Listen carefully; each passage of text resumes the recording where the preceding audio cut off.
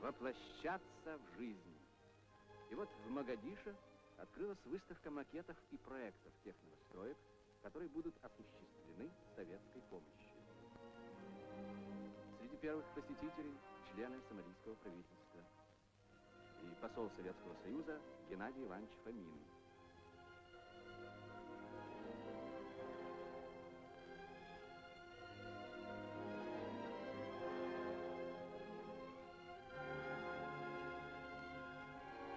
Новостроек много.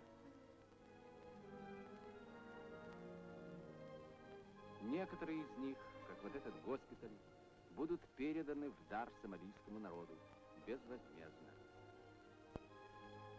А таким будет мясокомбинат на юге страны, там, где саванна выходит к океану.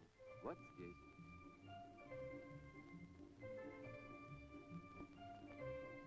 От слов к делу.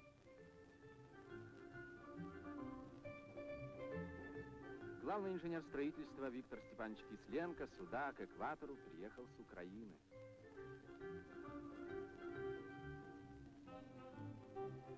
Это почетное право предоставляется комиссару города Кисмайю.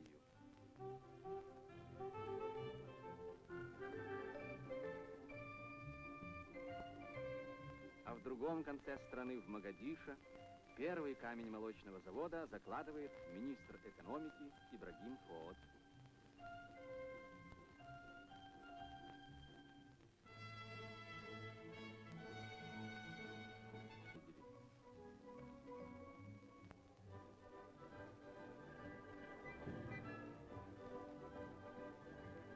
А на этой стройплощадке работы подходят к концу.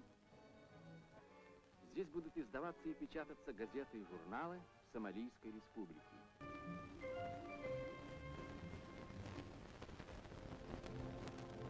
Сомали наверстывает упущенное. Молодежь тянется к таким профессиям, которых еще вчера не было и в помине.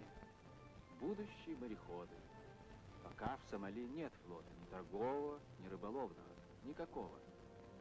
Но если команда уже готовится, значит и корабли будут, и будут определенно.